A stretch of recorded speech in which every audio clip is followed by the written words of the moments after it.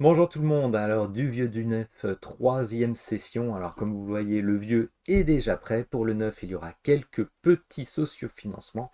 Alors vous êtes prêts? C'est parti.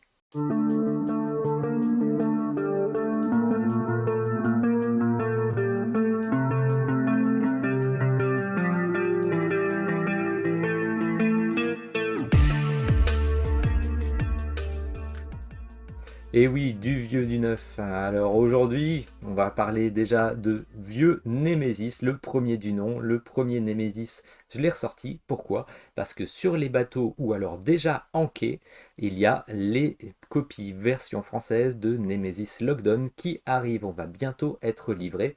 Donc forcément, bientôt un déballage de Némésis Lockdown. Hein, j'ai hâte de le recevoir, sachant que le premier, je ne l'ai pas encore peint. Va vraiment falloir que je m'y mette. Mais pour du vieux, avant de passer au socio-financement, qu'est-ce qu'on va voir? On va voir Last Bastion dans le vieux. Last Bastion, un jeu qui est en fait une réédition anniversaire de Ghost Story qui était plus dans un univers asiatique avec des fantômes. Là, on passe dans du médiéval fantastique, c'est du Repos Production, c'est du Antoine Boza, de 1 à 4 joueurs, un excellent jeu coopératif, je le mets en place et on regarde ça tout de suite. Last Bastion est un jeu coopératif à l'extrême. Comme vous allez le voir, c'est un jeu dans lequel il va vraiment falloir se coordonner pour se battre contre des hordes qui viennent détruire le dernier bastion de l'humanité. Donc le bastion est représenté par ces murailles. À l'intérieur, j'ai mis aléatoirement les 9 dalles qui composent le bastion, avec chacune une compétence particulière. On verra ça tout à l'heure. Nos héros sont placés au milieu. Moi, j'ai pris un héros qui s'appelle Sindara et qui a une capacité un peu spéciale. On verra ça tout à l'heure. Et oui, parce que les tuiles sont toutes différentes, sont placées aléatoirement, avec une capacité spéciale chacune. Les héros sont particuliers avec chacun, alors il y en a 8, hein, chacun une compétence particulière. Donc par exemple, Sindara que j'ai pourra faire une action supplémentaire. En fait, elle pourra à la fois se déplacer et faire une attaque et utiliser une tuile bastion, alors que les autres personnages, vous le verrez tout à l'heure, ils peuvent se déplacer et soit attaquer, soit utiliser une tuile bastion. Voilà, c'est la grosse différence. Ensuite, il y a un nain qui forcément tapera plus fort parce qu'il aura un dé supplémentaire, il ne prendra pas les malus lorsqu'il détruit un ennemi.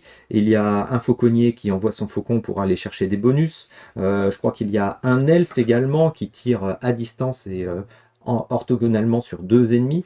Il y a un hobbit et son poney qui se déplacent plus vite. Voilà. Énormément de possibilités sur les héros, déjà 8 héros différents, les tuiles du bastion qui sont mises aléatoirement, mais également les tuiles des hordes par lesquelles les hordes vont attaquer, qui sont mises aléatoirement et qui ont des couleurs différentes comme vous l'avez vu. Elles ont chacune une particularité, un malus différent également quand on commence à se faire submerger. Donc ça ajoute énormément de rejouabilité, c'est jamais la même partie. De même, vous allez choisir un boss au début, un boss, vous allez le tirer au hasard, donc là je vais vous le montrer tout simplement, mais normalement on ne le regarde pas pour pas pouvoir se préparer. Un boss plus puissant, avec, vous allez le voir à chaque fois pour les monstres qui vont arriver, il y a toujours un effet, il peut y avoir un effet d'entrée de la carte, un effet lors du tour d'activation du plateau horde où il est situé, et un effet lorsqu'il est détruit. Alors là, ce boss, je le mets à la fin du deck, je mets ensuite 8 cartes, et voilà, mon deck de horde est arrivé. Alors, suivant le nombre de joueurs, on met plus ou moins de cartes. Hein. De toute façon, il y a également des moyens de gérer la difficulté en rajoutant des seigneurs de guerre. Les seigneurs de guerre, ce sont les boss. Alors, le livret est bien fait, il est aéré, il est bien expliqué avec de belles illustrations, des belles photos. Il n'y a rien à dire dessus. Et en plus, ce que j'adore dans ce jeu, je vous le dis tout de suite, c'est que tout est fait par icône. Il y a énormément de rappels par icône. De plus, le gros bonus, outre les cartes forcément aide de jeu, eh bien c'est un autre petit livret tout simple, 4 pages avec les descriptifs des pouvoirs, si vous avez des doutes, descriptifs des pouvoirs des tuiles bastion, descriptifs des cartes horde avec toute l'iconographie. Voilà, tout est expliqué dans ce petit résumé si vous avez un doute sur les icônes, et ça c'est extrêmement bien fait. Quels sont les moyens de perdre la partie? Et oui, forcément, alors vous pouvez perdre la partie si par exemple vous devez piocher une carte dans le deck de la horde et qu'il n'y a plus de cartes. Donc forcément, si le boss est sorti et que vous n'arrivez pas à le tuer avant qu'il n'y ait plus de cartes dans ce deck, forcément, vous avez perdu la partie. Vous avez perdu la partie également si tous les héros sont morts, mais également vous avez perdu la partie s'il y a 3 petits crânes comme ça sur les tuiles des bastions. Effectivement, parfois il y aura des monstres qui vont apparaître et qui vont envoyer des crânes. Ces crânes vont aller sur les tuiles des bastions, vont bloquer leur pouvoir des tuiles bastions, et si on se retrouve avec 3 crânes sur les tuiles bastions, nous avons perdu la partie, tout simplement. Allez, un petit tour pour bien expliquer et expliquer l'iconographie. Alors d'abord, on débute, c'est ce joueur-là, je suis tout seul, parce que ce jeu forcément peut se jouer tout seul, et c'est ça qui est génial, parce qu'il y a beaucoup de tension, même tout seul, c'est vraiment un jeu où il y a du challenge. Donc je vais commencer, d'abord c'est sur mon plateau. Mon plateau, les monstres qu'il y aurait avec un bonus, enfin avec un malus, une action du milieu, on les activerait. Là, il n'y a pas de carte, donc on va passer pour l'instant. Ensuite, c'est au plateau horde de jouer. Le plateau horde, qu'est-ce qu'il me dit? Iconographie. Voilà, s'il y avait 3 cartes, voilà, qu'est-ce que j'aurais fait? J'aurais retiré une carte en dessous. Donc vous vous rappelez, possibilité plus rapide de perdre, car si le boss arrive et qu'on a retiré les cartes, voilà, il va avoir beaucoup moins de points de vie, beaucoup moins de tours pour le tuer, ce boss. Donc forcément, c'est important. Et forcément, si la carte qu'on retire, c'est le boss, on a définitivement perdu. Donc ce n'est pas le cas, je n'ai pas les 3 cartes sur le plateau horde. Donc qu'est-ce que je fais? Je vais tirer une carte. Je tire une carte, c'est un jaune, parce qu'il y a du jaune, du rouge, du bleu et du vert. Il y a également du noir, on verra peut-être ça tout à l'heure, on verra ce qu'il y a. Donc du jaune, je le place, c'est moi qui choisis, sur le jaune. Eh bien je vais décider de le placer ici. En arrivant, son pouvoir d'arrivée, c'est qu'il me fait tirer une autre carte. Et ben voilà, donc du noir, je vais le placer ici stratégiquement, ce sera mieux. Donc le noir, il n'y a pas de plateau hors de noir, donc il doit forcément être sur le plateau du joueur qui vient de le tirer. Qu'est-ce qu'il fait en arrivant? Eh bien celui-là, il me retire un point de vie. Donc, un point de vie en moins. Et vous regardez ici, effectivement, lorsqu'on aura fait un tour de jeu et qu'on arrivera sur le plateau, la phase que j'ai passée tout à l'heure, parce qu'il n'y avait pas de carte, c'est qu'effectivement, son sort d'entretien, je vais appeler ça un sort d'entretien, ce sera de faire apparaître un crâne. Donc la première fois, il le fera apparaître sur lui. La deuxième fois, il le fera passer sur un bastion. Voilà, donc les noirs, généralement, les cartes noires, c'est vraiment des cartes à focus parce qu'elles sont puissantes et elles vont vraiment beaucoup nous embêter. Mais pour l'instant, ce n'est pas le cas.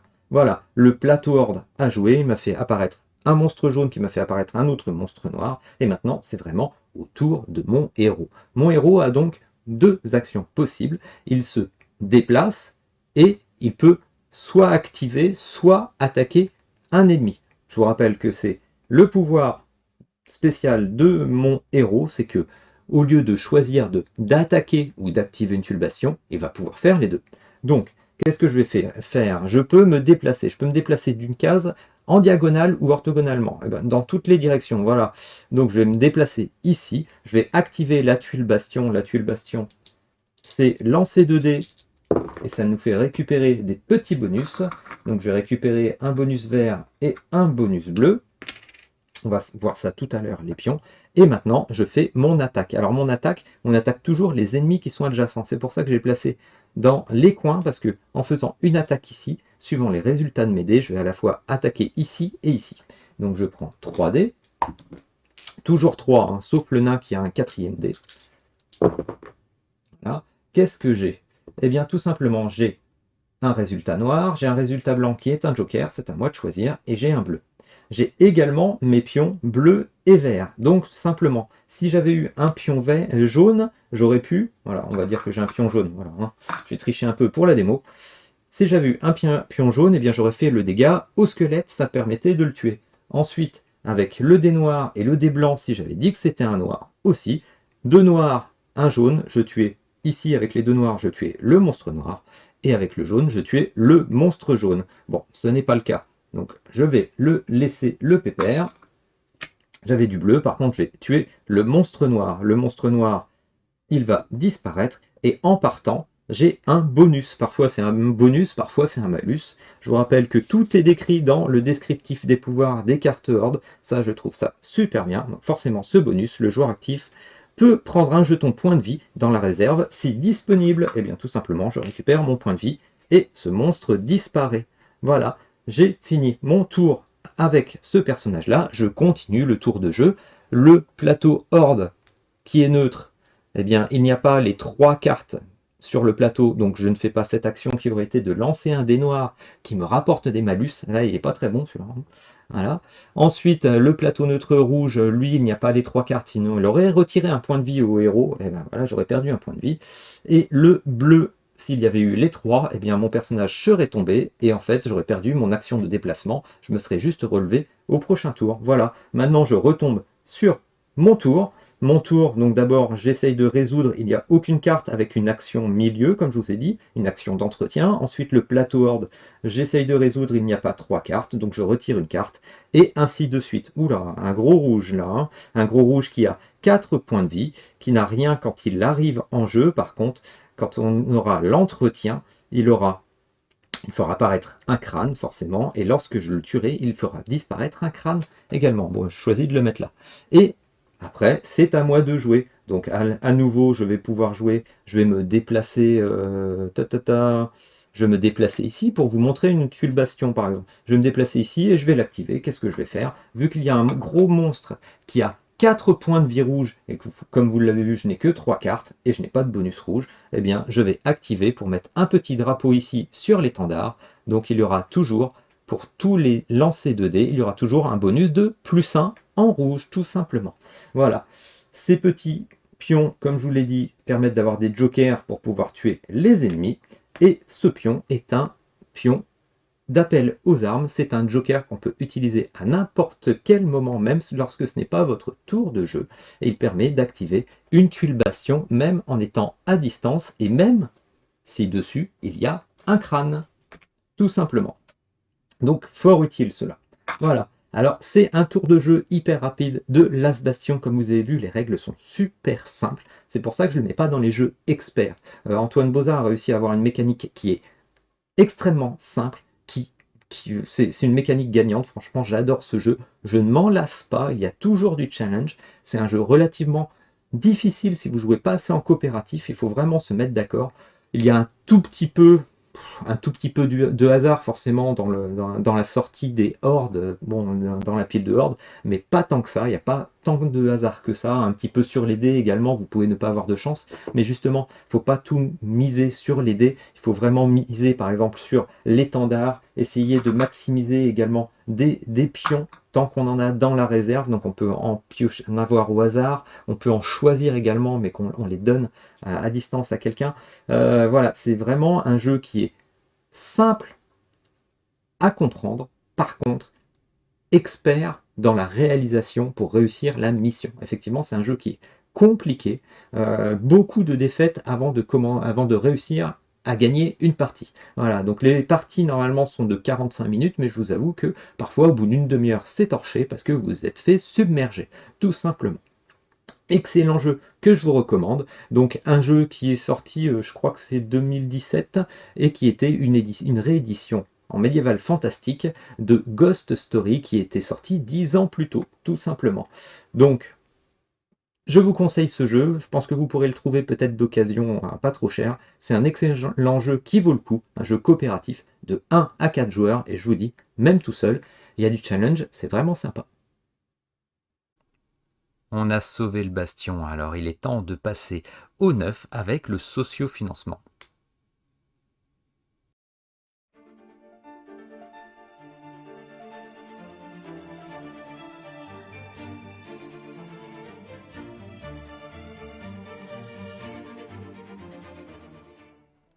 Kinfire Chronicles, un RPG coopératif qui fleure bon certains RPG japonais sur console, je trouve. Un système intéressant mêlant aventure, combat et exploration avec une direction artistique qui m'attire et une équipe de personnes brillantes aux commandes, venant de Descent, The Witcher 3 par exemple, forcément je me suis renseigné. Un vrai RPG avec des choix, des décisions, mais également des parties qui ne sont pas forcément perdues lorsque les objectifs ne sont pas atteints, mais par contre la suite différera. De plus, certains choix, s'ils sont en accord avec la pensée de votre personnage, vous donneront des bonus pour améliorer votre deck. Alors, de 1 à 4 joueurs pour des parties courtes de 45 à 60 minutes, 15 scénarios dans la boîte de base, ça avait tout pour me plaire avant de voir les tarifs. En effet, 99$ hors taxe pour la boîte de base, 6 standees acryliques et 32 standees carton. Alors, Il n'y a pas que ça, il y a une tonne de cartes, un livre pour présenter les terrains, mais si l'on ajoute les frais de port que vous trouverez sur le côté de la vidéo et les taxes, je passe mon chemin. Surtout parce qu'en plus, le jeu est en version anglaise. Alors peut-être attendre un print en français. On va le noter pour plus tard.